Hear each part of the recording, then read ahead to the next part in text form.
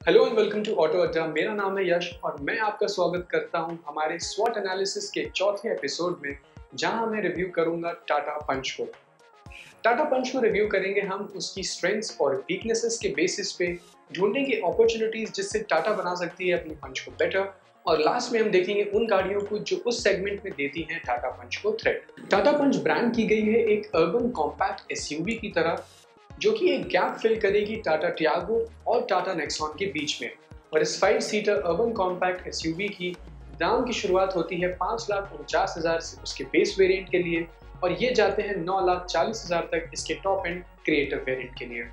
टाटा पंच 4 variants में offer की जाती है और इसी के साथ इसमें केवल एक इंजन और 2 गियर बॉक्स ऑप्शंस ऑफर किए जाते हैं। टाटा पंच में आपको मिलता है BS6 compliant 1.2 litre 3 cylinder Revotron engine, जो कि प्रोड्यूस करता है 86 हॉर्स पावर और 114 न्यूटन मीटर ऑफ टॉर्क। ये सेम इंजन आपको टाटा एल्ट्रॉज में भी देखने को मिलेगा, लेकिन टाटा पंच में इसका एयर इनटेक पे काम किया गया है और उसको काफ़ी चेंज किया गया है, ताकि इसमें आपको लो एंड टॉर्क ज़्यादा मिल सके और आपकी ड्राइवेबिलिटी टाटा एल्ट्रॉज से बेटर रहे, क्योंकि इसको एक हैचबैक नहीं एक एसयूवी की तरह ब्रांड किया गया है। बाहर से लुक्स की अगर बात करें तो डेफिनेटली टाटा पंच अपने सेगमेंट में बाकी गाड़ियों से थोड़ा ज़्यादा इंटिमिडेटिंग और बड़ी है दिखने में।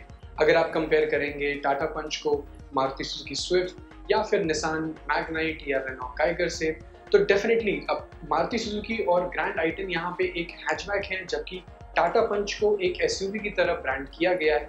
लेकिन अगर हम एक सब 4 मीटर सेगमेंट की बात करें, उसमें डेफिनेटली टाटा पंच थोड़ी सी डिफरेंट और एक एसयूवी वाले लुक के साथ यहाँ पे डेफिनेटली ऑफर की जाती है। टाटा पंच के फ्रंट स्प्लिट हेडलैम्प सेटअप आपको टाटा सफारी और टाटा हैरियर की याद जरूर दिलाएंगे, जिससे आप ये जरूर कह सकते हो कि ये डेफिनेटली टाटा की एसयूवी फैमिली में उनकी यंगेस्ट एसयूवी है।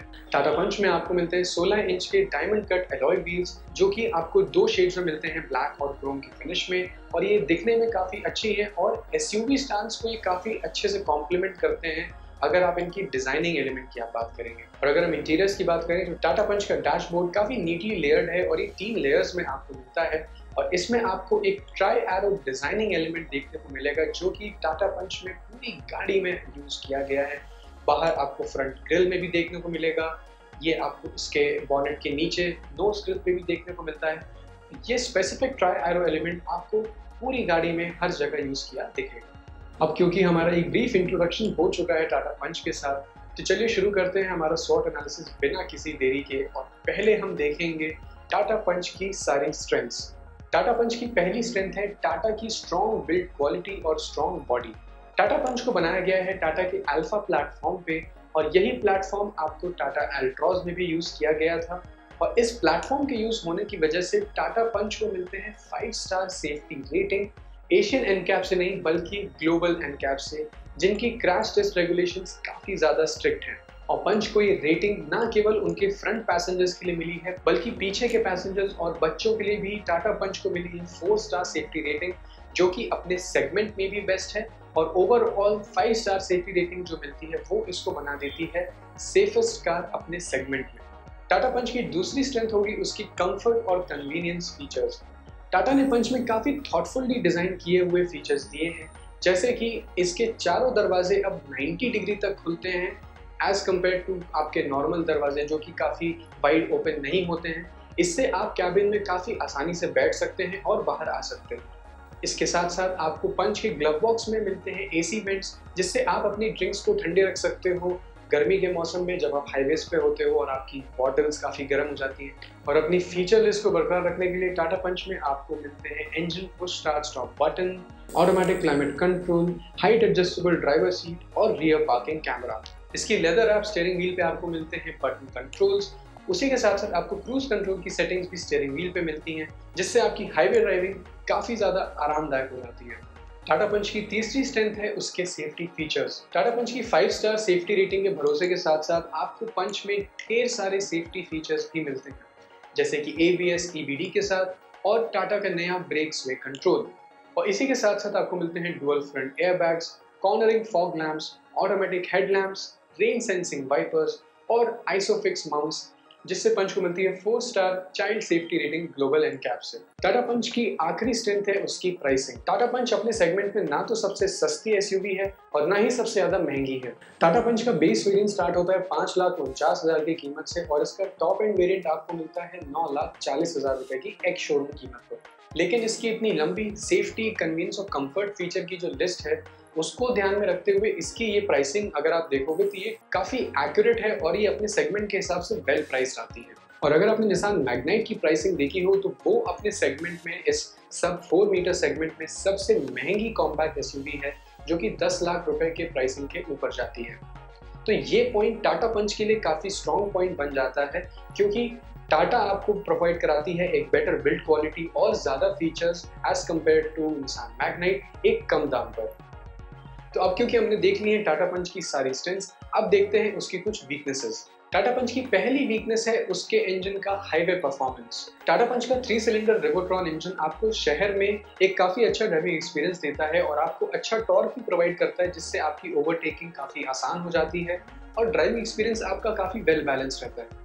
लेकिन जब आप इससे ज्यादा टॉर्क एक्सपेक्ट करते हो हाईवेज पे और जब आप इससे इमीडिएट वो एक क्विक रिस्पॉन्स चाहते हो और एक बूस्ट ऑफ एक्सेलरेशन अगर आप चाहते हो, वहां पे ये थोड़ा सा डिसअपॉइंटिंग हो जाता है।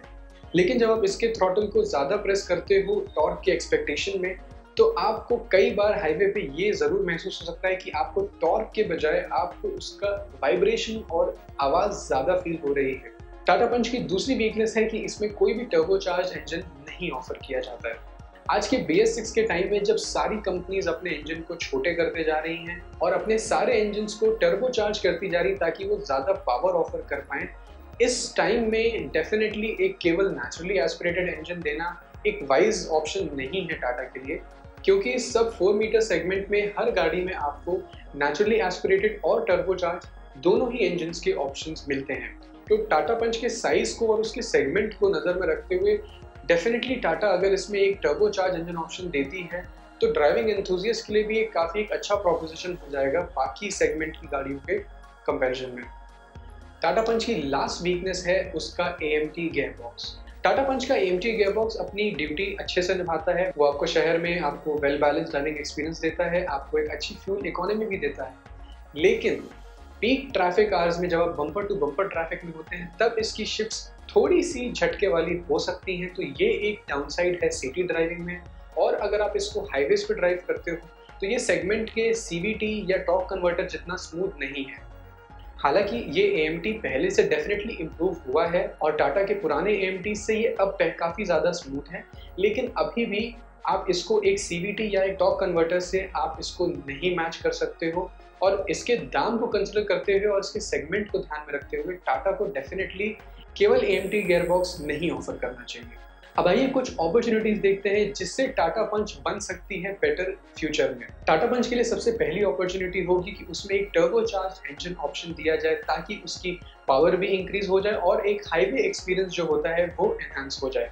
दूसरी अपॉर्चुनिटी टाटा पंच के लिए है कि इसमें CVT और टॉर्क कन्वर्टर ऑफर किया जा सकता है जिससे एक ओवरऑल ड्राइविंग एक्सपीरियंस काफ़ी स्मूथ हो जाए और ड्राइविंग के जो शौकीन है जो हाईवेज पे टॉर्क काफ़ी एक्सपेक्ट करते हैं अपनी गाड़ी से, उनके लिए एक टॉर्क कन्वर्टर और CVT काफ़ी अच्छा ऑप्शन रहेगा। टाटा पंच की स्टीयरिंग में आपको मिलता है टिल्ट एडजस्टमेंट, तो अगर इसमें टेलीस्कोपिक एडजस्टमेंट भी ऑफर किया जाएगा तो ये काफ़ी एडेड फीचर हो जाएगा अपनी इस सेगमेंट के लिए। और आखिर में दो अपॉर्चुनिटीज जिससे टाटा पंच बेटर हो सकती है वो है इसके रियर AC वेंट्स और फुल साइज स्पेयर व्हील। पंच में अभी रियर AC वेंट्स नहीं ऑफर किए जाते हैं और इसके साइज की अगर हम ध्यान रखें और टाटा ने जो इसको ब्रांडिंग दी है अर्बन कॉम्पैक्ट SUV, तो SUV का वर्ड यहाँ ध्यान रखते हुए इसमें अगर AC वेंट्स दिए जाते हैं तो डेफिनेटली कैबिन आपका काफ़ी जल्दी ठंडा हो सकता है गर्मियों के टाइम में। और साथ ही साथ फुल साइज स्पेयर व्हील के होते हुए आपको लुक्स भी काफ़ी इम्प्रूव होंगे और साथ ही साथ आप हाईवेज पे टेंशन फ्री ट्रैवल कर सकते हो बिना ये सोचे कि आपके पास एक स्पेयर व्हील छोटे साइज का है। आइए अब आखिरी में देखते हैं टाटा पंच के उन राइवल्स को जो देते हैं उसे थ्रेट। टाटा पंच की पहली थ्रेट है निसान मैग्नाइट और रेनो काइगर। हालांकि दोनों ही प्रोडक्ट्स इस सेगमेंट में काफ़ी नए हैं और अभी बहुत ज़्यादा पुराने नहीं हुए हैं, लेकिन नए होने के बावजूद दोनों ने ही अपनी एक स्पेस बना कर रखी है इस सेगमेंट में। निसान मैग्नाइट जो अपनी फीचर्स और अपनी प्राइसिंग के लिए जानी जाती है उसमें CVT गियरबॉक्स भी ऑफर किया जाता है जो कि टाटा पंच में नहीं ऑफर किया जा रहा है। और दोनों ही गाड़ियां मैग्नाइट और काइगर अपने सेगमेंट में डायमेंशंस के मामले में सबसे ज़्यादा बड़े हैं और सेगमेंट लीडर भी हैं। टाटा पंच की दूसरी थ्रेट होगी Hyundai ग्रैंड आई10 नियोस। ग्रैंड आई10 नियोस एक एसयूवी की तरह ब्रांड नहीं की गई है, बल्कि वो एक हैचबैक की तरह ही ब्रांड की जाती है Hyundai की तरफ से। लेकिन सब 4 मीटर सेगमेंट की अगर आप बात करेंगे, ग्रैंड आई10 अपने प्रीमियम इंटीरियर टचेस और अच्छी फ्यूल एफिशिएंसी की वजह से इस सेगमेंट में काफ़ी जानी जाती है और उसकी सेल्स फिगर भी काफ़ी अच्छी हैं। और इस सेगमेंट में पंच की लास्ट थ्रेट हो सकती है मारुति सुजुकी स्विफ्ट। ग्रैंड आई10 की तरह ही सुजुकी स्विफ्ट भी एक हैचबैक की तरह ब्रांड की जाती है, लेकिन अगर आप इस प्राइस सेगमेंट की बात करेंगे तो पिछले 15 सालों से मारुति सुजुकी स्विफ्ट ने इस सेगमेंट को डोमिनेट किया है। तो इस वजह से स्विफ्ट डायरेक्ट थ्रेट बन सकती है टाटा पंच के लिए अगर हम इस सेगमेंट की बात करें तो अगर इस स्वॉट एनालिसिस के रिव्यू को हमें अब कंक्लूड करना हो तो हम ये ज़रूर कह सकते हैं कि अगर आप ऑटोमोटिव मार्केट में हैं एक नई गाड़ी ढूंढने के लिए एक हैचबैक के बजट के साथ, लेकिन आपको चाहिए एक गाड़ी जो आपको फीचर्स और एक फील एसयूवी का दे सके, तो डेफिनेटली टाटा पंच एक काफ़ी अच्छी गाड़ी है जिसे आप कंसिडर कर सकते हो। साइज़ में, दिखने में ये एक डेफिनेटली एक छोटी एसयूवी लगती है। ड्राइविंग पोजीशन के मामले में ये बाकी हैचबैक से कंपैरेटिवली काफ़ी ऊंची है, तो डेफिनेटली आपको विजिबिलिटी भी ये एक एसयूवी की तरह ही देती है। टाटा पंच में एक दो फीचर्स डेफिनेटली मिसिंग हैं जो आपको बाकी राइवल्स में मिलते हैं, जैसे कि वायरलेस चार्जिंग पैड जो Hyundai ग्रैंड आई10 आपको ऑफर करती है, लेकिन ये इकलौता एक फीचर है जो कि टाटा पंच में मिसिंग है और इसके ना होने से आपको कोई मेजर दिक्कत नहीं होगी, क्योंकि टाटा पंच आपको अच्छे से कॉम्पनसेट करता है अपनी सेफ्टी फीचर और कंफर्ट फीचर्स के साथ। और टाटा पंच का सबसे बड़ा फीचर है यहाँ पे उसकी 5 स्टार सेफ्टी रेटिंग, जो उसको बनाती है अपने सेगमेंट में सबसे सेफेस्ट, जो बाकी गाड़ियाँ आपको ऑफर नहीं करती। तो व्यूअर्स, ये था हमारा स्वॉट एनालिसिस टाटा पंच का।